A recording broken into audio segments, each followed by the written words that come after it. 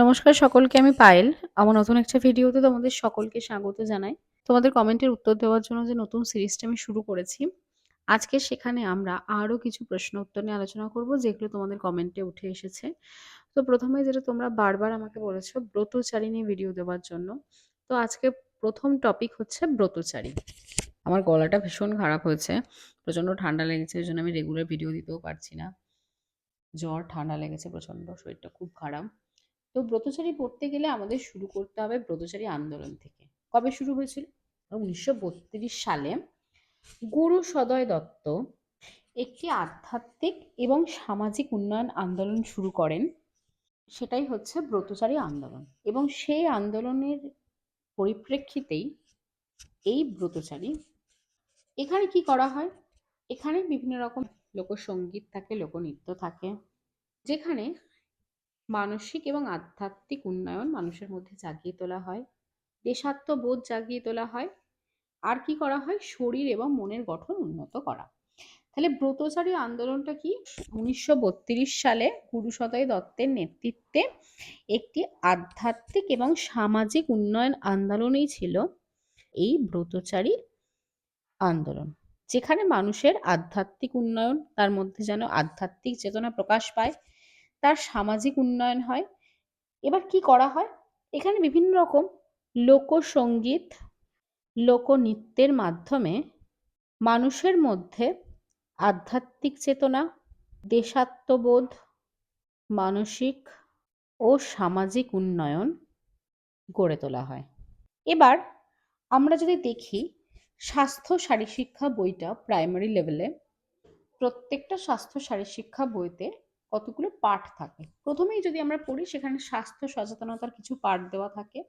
তারপরে যদি আমরা তারপরে কিছুটা আমরা এগিয়ে যাই, সেখানে আমরা দেখতে পাই স্বাস্থ্য শারীরশিক্ষা বইতে কিছু যোগাসন থাকে, তার উপকারিতা অপকারিতা লেখা থাকে, কিছু বিনোদনমূলক খেলা থাকে, কিছু ব্রতচারী নাচ বা গান সেখানে থাকে।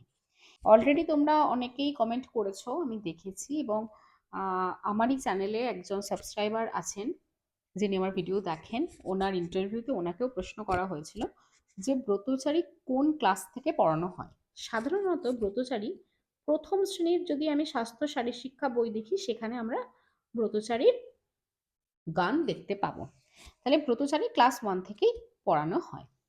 এবার ব্রতচারীর একটা যদি আমি জনপ্রিয় গানের কথা বলি, তাহলে আমাকে কি বলতে হবে? কারণ অনেক সময়তেই আমরা যখনই ব্রতচারী, আমাদেরকে ইন্টারভিউতে জিজ্ঞাসা করা হয় যে ব্রতচারী কি, তখন আমরা যখন বলবো যে বিভিন্ন রকম লোকসঙ্গীত, লোকনৃত্যের মাধ্যমে মানুষের মধ্যে আধ্যাত্মিক চেতনা, তার সামাজিক চেতনা তার মধ্যে জাগ্রত করা হয়, দেশাত্মবোধ গড়ে তোলা হয়, তাহলে আমাকে স্বভাবতই প্রশ্ন আসতে পারে যে একটা জনপ্রিয় ব্রতচারী গানের নাম বলুন তো আপনি।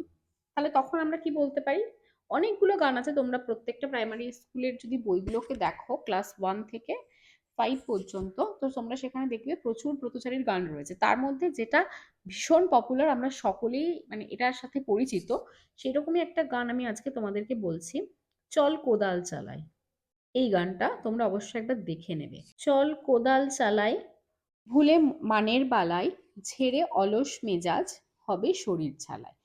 এই যে গানটা, এর উদ্দেশ্য কি? গানটার উদ্দেশ্য হচ্ছে শরীরচর্চা, দলগত কাজ, মানে একসাথেও যে কাজ করা যায়, একে অপরের সাথে হাতে হাত মিলিয়ে কাজ করা, আর সবচেয়ে গুরুত্বপূর্ণ হচ্ছে শরীর সুস্থ রাখা। এই যে ব্রতচারী হোক, যোগাসনই হোক বা স্বাস্থ্য শারীরশিক্ষা পড়ানোর অন্যতম প্রধান কারণই হচ্ছে আমাদের শরীরকে সুস্থ রাখা। কারণ বাচ্চারা যখন স্কুলের পরিবেশে এসে পড়াশোনার পাশাপাশি খেলাধুলা করবে, খেলাধুলা তার দৈহিক গঠনকে সুস্থ রাখতে সাহায্য করবে, তার মানসিক গঠনকে উন্নত করবে, তার মনটা ভালো থাকবে। আর এই যে গানটা আমি বললাম চল কোদাল চালাই, এর মূল ভাব কি? মানে বা যদি তোমাকে জিজ্ঞাসা করে, আচ্ছা তুমি যে গানটা বললে যে চল কোদাল চালাই, ভুলে মানের বালাই, এই গানটা থেকে তুমি কি ধারণায়? এই গানটার মূল ভাব হচ্ছে কি?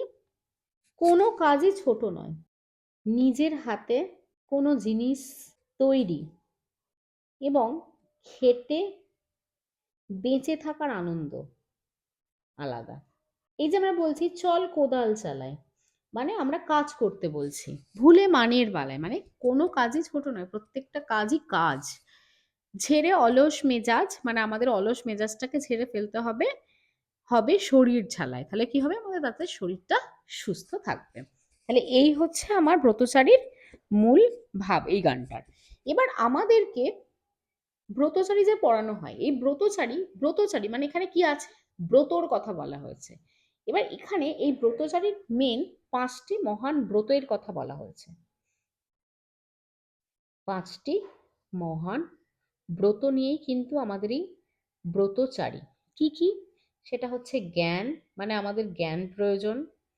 জ্ঞান হচ্ছে আমাদের জীবনে চলার পথে হচ্ছে মূল। আমার যত জ্ঞান থাকবে আমি তত ভালো করে সেটাকে প্রকাশ ঘটাতে পারবো, বা সেই বিষয় সম্পর্কে আমি সিদ্ধান্ত নিতে পারবো, কোনো বিষয় কাউকে বোঝাতে পারবো, বা আমি আমার মতামতটা প্রকাশ করতে পারবো।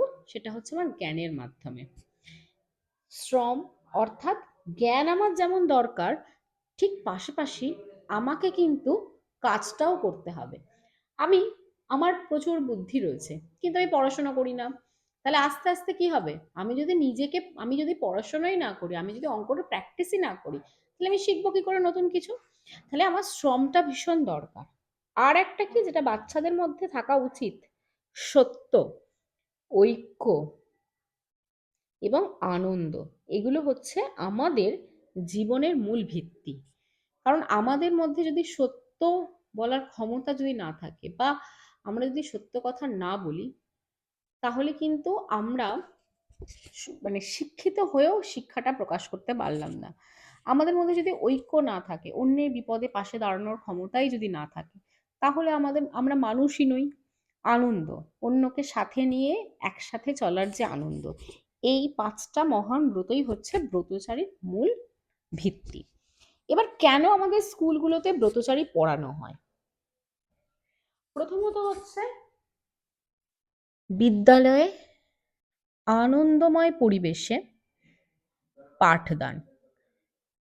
কারণ এখন শিক্ষা হয়ে গেছে সার্বিক বিকাশ, যেখানে একটা বাচ্চার শুধুমাত্র পুঁথিগত শিক্ষা শিখবে না, সেখানে তার মধ্যে মূল্যবোধ যেমন গড়ে উঠবে, তেমনি তার দৈহিক বিকাশ ঘটবে, তার মানসিক বিকাশ ঘটবে, তার মধ্যে সৃজনশীলতা গড়ে উঠবে। এই সব কিছু নিয়েই কিন্তু আমাদের শিক্ষা। তাহলে যখন আমরা বাচ্চাকে ব্রতচারী করাবো, গান শেখাবো, নাচ করাবো, তখন পরিবেশটা আনন্দময় হয়ে উঠবে। কারণ বইয়ের বাইরে ওরা সবকিছুতেই বেশি ইন্টারেস্ট পায়। বইয়ের বাইরে যে কোনো জিনিস শেখার প্রতি ওদের আগ্রহটা একটু বেশিই থাকে। তাহলে বিদ্যালয়ে আনন্দময় পরিবেশে পাঠদান। দ্বিতীয়ত হচ্ছে যে সমস্ত লোকনৃত্য,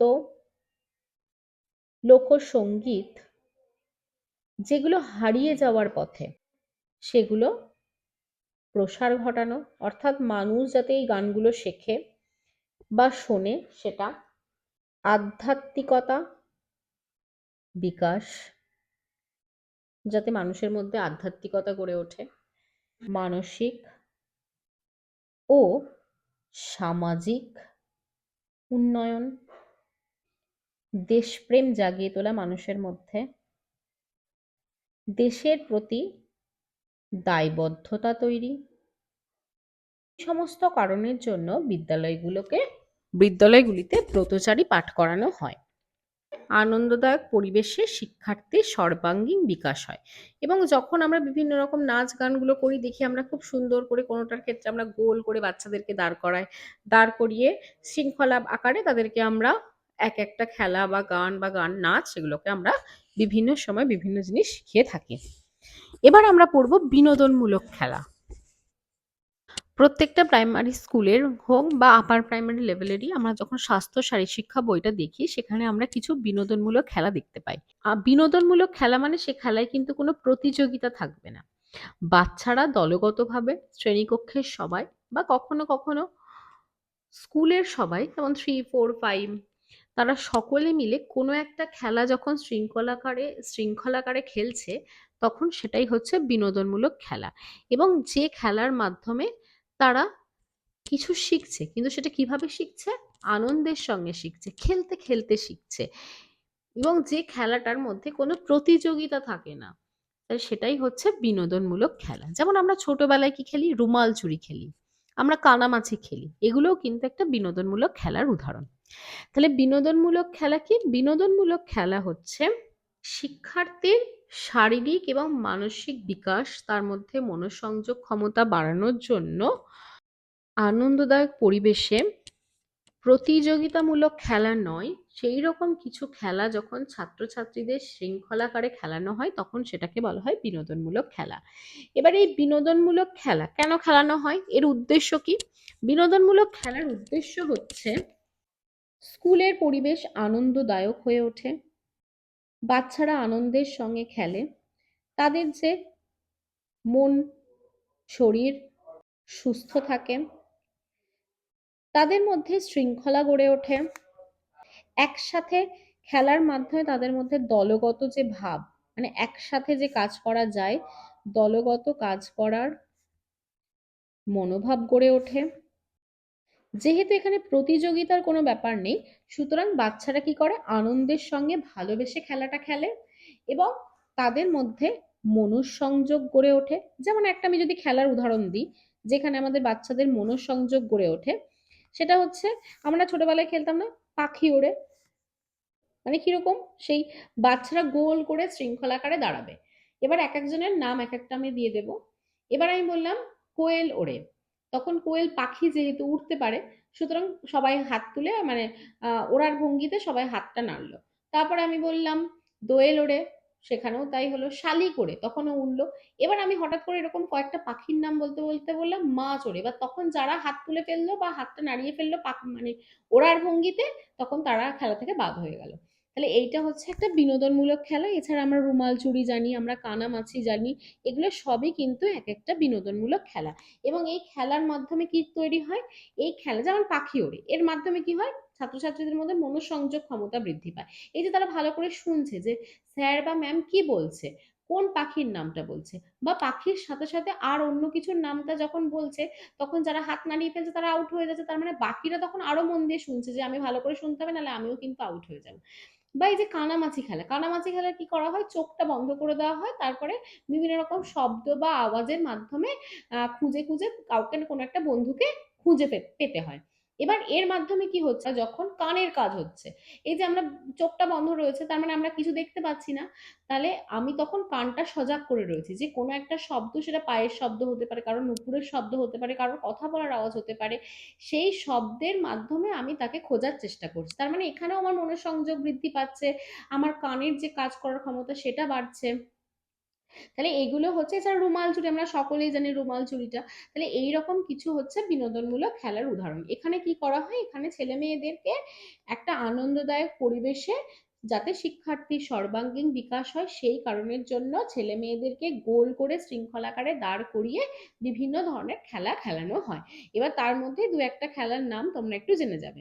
আর এর উদ্দেশ্য কি, সব সময় যে কোনো মানে স্কুলের সঙ্গে জড়িত যে কোনো কিছু খেলাই হোক, যোগাসনই হোক, যাই হোক না কেন, যেগুলো আমাদের মস্তিষ্কের গঠনকে উন্নত করে, আমাদের মনকে শান্ত রাখতে সাহায্য করে, আমাদের মধ্যে আনন্দদায়ক যে একটা পরিবেশ যখন তৈরি হয়ে যাচ্ছে, তখন বাচ্চারা আনন্দ পাচ্ছে, আনন্দের সঙ্গে খেলছে, অন্যদের সঙ্গে ভালো করে মিশে যেতে পারছে, তারা এই যে দলে ভাগ করে যখন আমরা দিই বিভিন্ন খেলার ক্ষেত্রে, তখন এই যে তারা দল হয়ে গেল, মানে তারা কিন্তু একে অপরের বন্ধু হয়ে গেল। এইভাবে আস্তে আস্তে তাদের মধ্যে বন্ধুত্বপূর্ণ মনোভাব গড়ে ওঠে। বা দলগতভাবে যখন কাজ করছে কোনো কিছু, তখন এদের দলের মধ্যে বা অন্যকে সাহায্য করা, বা এটা আমার টিম, এই যে নিজেদেরকে নিজেদের মনে করা, এই বিষয়টা তাদের মধ্যে জেগে ওঠে।